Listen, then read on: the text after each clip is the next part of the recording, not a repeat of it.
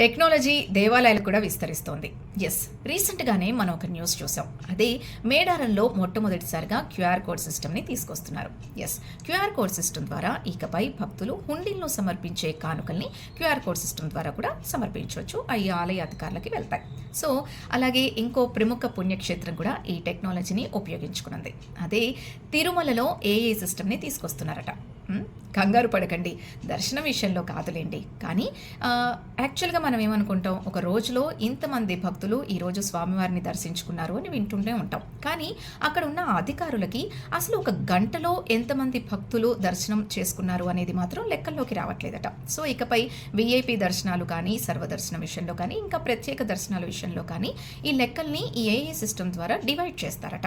So divide చేసినప్పుడు ఒక గంటలో ఎంతమంది భక్తులు దర్శనం చేసుకుంటున్నారు అనేవి లెక్కల్లోకి వస్తాయట. అలాగే దళారుల ద్వారా మీరు అప్పుడప్పుడు చూస్తూనే ఉంటారు, మధ్యలో వచ్చేస్తూ ఉంటారు భక్తులు. క్యూ లైన్లో వెళ్తున్నప్పుడు మధ్యలో వేరే భక్తులు కూడా వచ్చి కలుస్తూ ఉంటారు.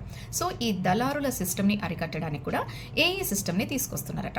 మరి చూద్దాం ఏఏ సిస్టమ్ ఎంతలా వర్కౌట్ అవుతుందో, స్వామివారి దర్శనం విషయంలో అంటే ఇంకొంచెం తొందరగా మనకు ఆ భాగ్యం కలుగుతుందేమో చూద్దాం.